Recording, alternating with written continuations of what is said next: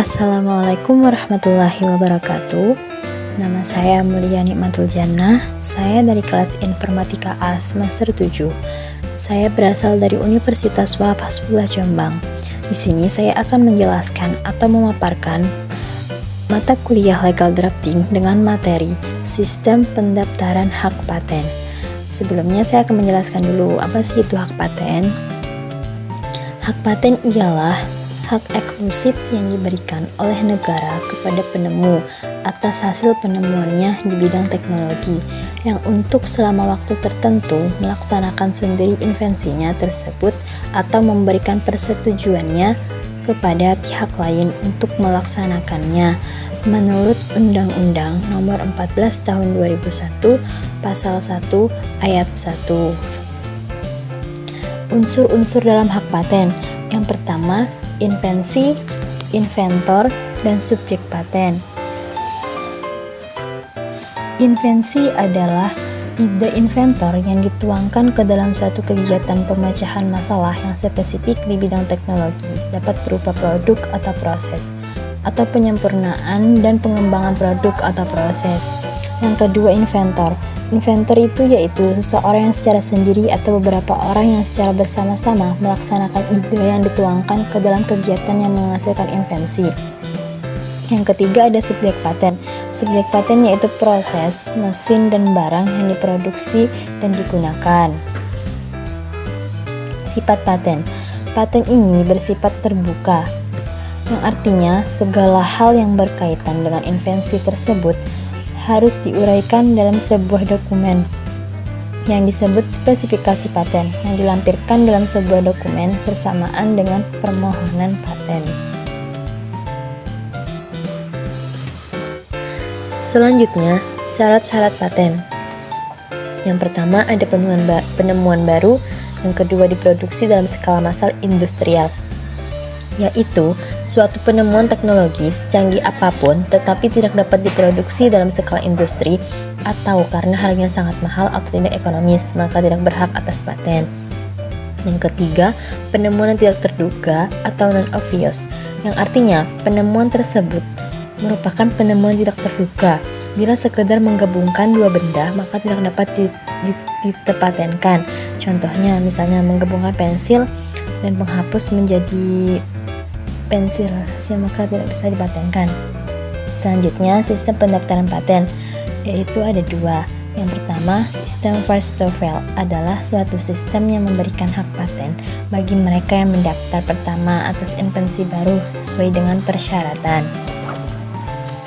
Yang kedua, sistem first to invent adalah suatu sistem yang memberikan hak paten bagi mereka yang menemukan inovasi pertama kali sesuai dengan persyaratan yang telah ditentukan.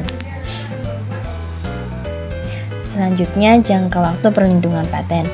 Ini ada dua, yang pertama paten dan kedua paten sederhana. Yang paten itu yaitu 20 tahun sejak tanggal penerimaan permohonan paten. Dan yang kedua, paten sederhana, 10 tahun sejak tanggal penerimaan permohonan paten sederhana. Selanjutnya, yang harus dilakukan sebelum mengajukan paten, melakukan penelusuran atau searching di website. Contohnya itu di www.digip.go.id, www.uspto.gov, dan sejenisnya. Lalu yang kedua, melakukan analisa. Melakukan analisa ini adalah apakah ada ciri khusus dari invensi yang akan diajukan untuk mendapat perlindungan hak paten dibandingkan dengan invensi terdahulu. Yang ketiga, mengambil keputusan. Mengambil keputusan jika invensi tersebut ternyata memang ada nilai kebaharuan atau perbaikan daripada invensi terdahulu, maka sebaiknya diajukan untuk mendapat perlindungan hak paten, dan jika tidak, sebaiknya tidak perlu diajukan untuk menghindari kerugian biaya pendaftaran paten tersebut.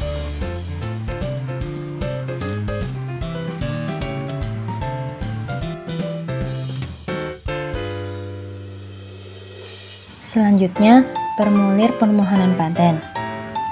Mengajukan surat permohonan ke kantor Ditjen HKI dalam bahasa Indonesia dengan menggunakan formulir permohonan paten yang memuat yang pertama, tanggal, bulan dan tahun permohonan dan alamat lengkap.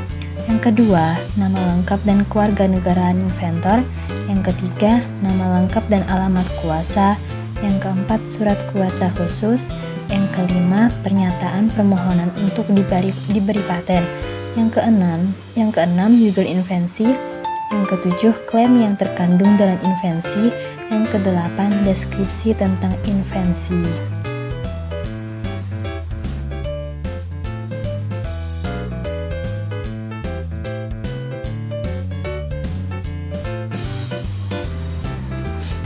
Hak pemegang paten, yaitu ada 4. Yang pertama, hak eksklusif.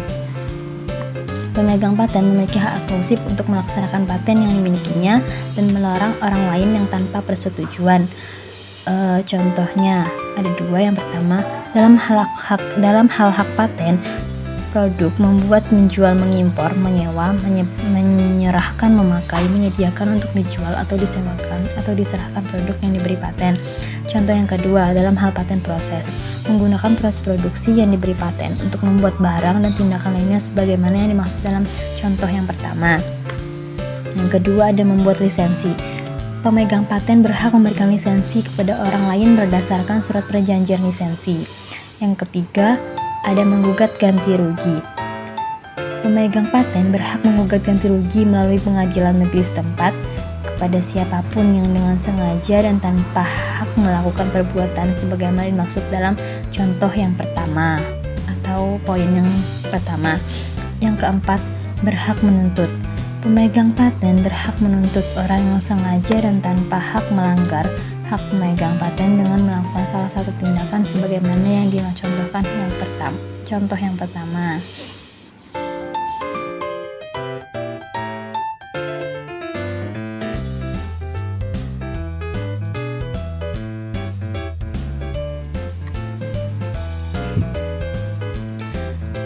Selanjutnya, kewajiban pemegang paten. Kewajiban pemegang paten ini terdapat 2. Yang pertama, membayar biaya pemeliharaan atau yang disebut biasanya biaya tahunan.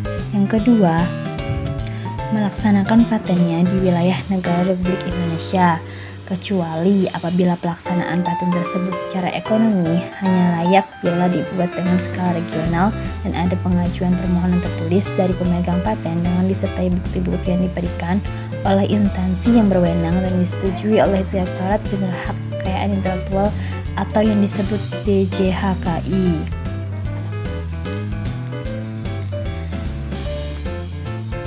Nah, itulah penjelasan dari saya. Jika ada kesalahan atau kekurangan, saya mohon maaf. Wassalamualaikum warahmatullahi wabarakatuh.